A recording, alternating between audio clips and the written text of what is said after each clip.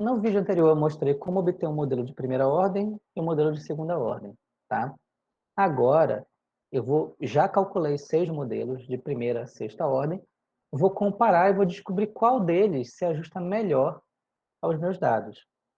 Vamos lá, vamos descobrir isso aqui. Então vamos fazer uma comparação entre todos os 6 modelos. Está aqui. Então eu calculei todos eles e obtive uma comparação deles. Então essas retas laranjas, é o modelo 1, modelo 2, que são a mesma ordem deles, né?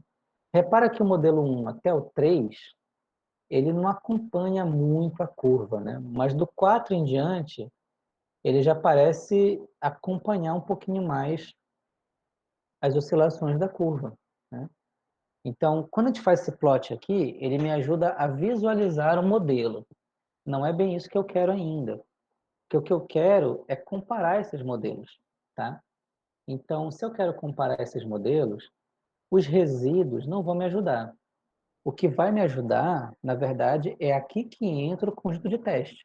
Eu calculei 6 modelos. Então, como é que eu faço? Eu vou pegar agora e vou fazer uma previsão para cada um desses modelos. Lembra que para plotar esses gráficos, eu simplesmente peguei o T e fui variando de 1 até 127?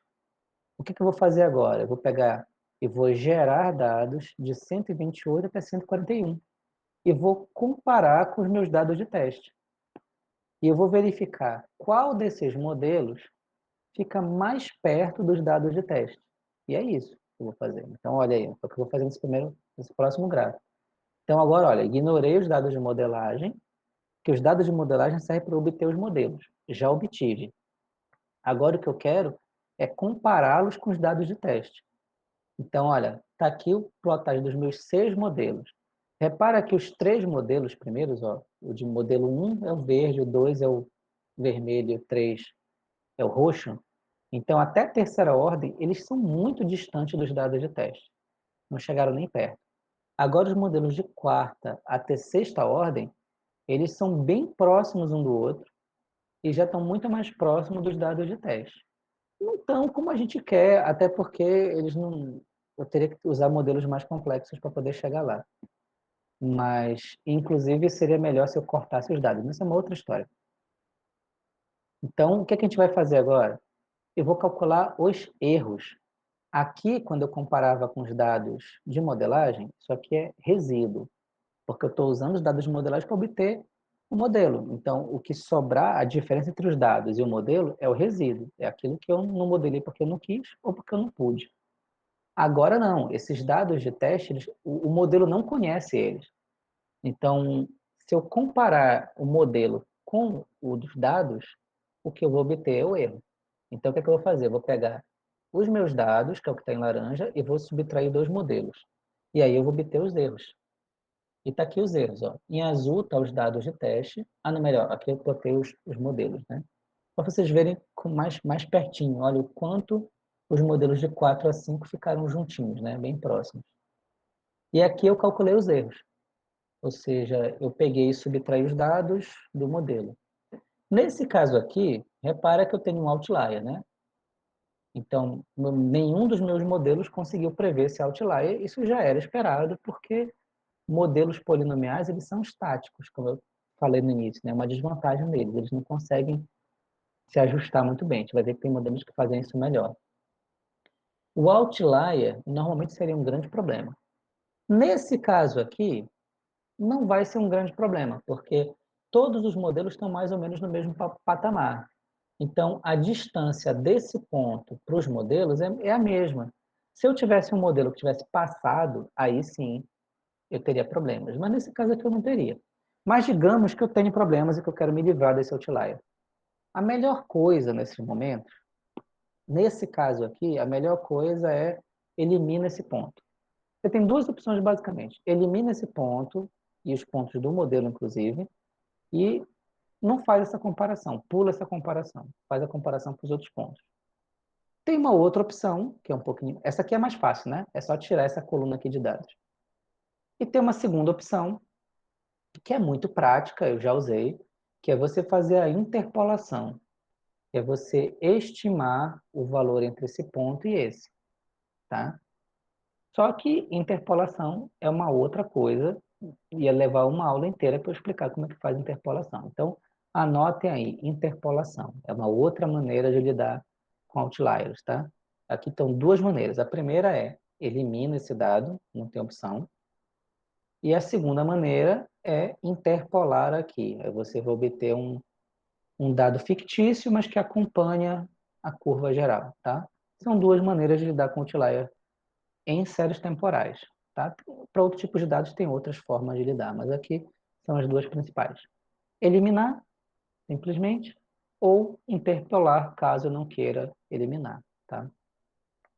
Aí aqui estão os erros. Olha como os erros do modelo 4 ou 6 estão muito em cima um do outro, né? É até difícil de separar uma curva da outra. Por isso que eu coloquei aqui os pontinhos para mostrar. O que eu vou fazer? Visualmente, o gráfico mostra que os modelos 4 a 5 são melhores que os três primeiros. Isso está bem evidente. Mas dentre o 4 a 6, como é que eu vou escolher qual deles é o melhor? Visualmente não dá para ver. Normalmente a gente plota os erros, mas na verdade o que a gente usa para escolher mesmo é fazer o erro médio, tá? O erro médio quadrático.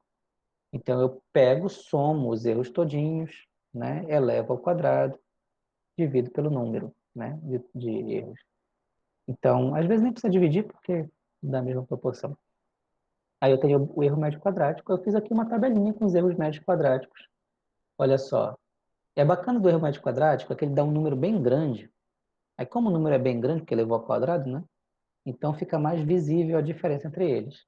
Então, modelo 1, modelo 2, modelo 3 estão claramente descartados. Eles têm um erro muito alto. Eu tenho que escolher o menor modelo.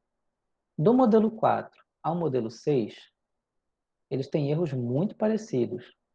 O modelo 6 é o que tem o menor erro dos três, né? Aqui eu tenho...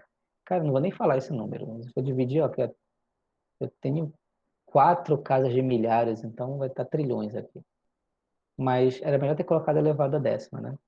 Mas repara que eles são diferentes numa casa aqui, certo? Então, na prática, eles são muito próximos um do outro. Então, você tem duas opções aqui. Você pode escolher o modelo 6, porque ele obteve menor erro mesmo, né? Agora, ou, dependendo do critério que você tenha para esse trabalho aqui, você pode considerar que os 4 modelos estão na mesma faixa de erro. Como a gente pode chegar a essa conclusão? Como eu disse, depende do teu trabalho. Tem trabalho que é aceitável tantos por cento de erro, então depende do teu critério lá, tá? Então, se o nosso critério aqui não existe, se é um critério solto, eu escolho o modelo 6 porque ele tem o menor erro. Agora, se eu tenho um critério e segundo esse critério os três estão na mesma faixa de erro, quem que eu escolho? Aí entra o critério da parcimônia. Se eu tenho 3 modelos que me dão mais ou menos o mesmo erro e os 3 erros são aceitáveis, digamos que os 3 são aceitáveis, eu escolho o modelo mais simples. Então, nesse caso, eu escolho o modelo 4, porque ele é o modelo mais simples que satisfaz o meu requisito de erro. Tá? Aqui eu estou usando o erro mesmo com médio quadrático. Acho que na próxima aula eu posso usar um exemplo com erro percentual, para vocês terem mais clareza disso, né?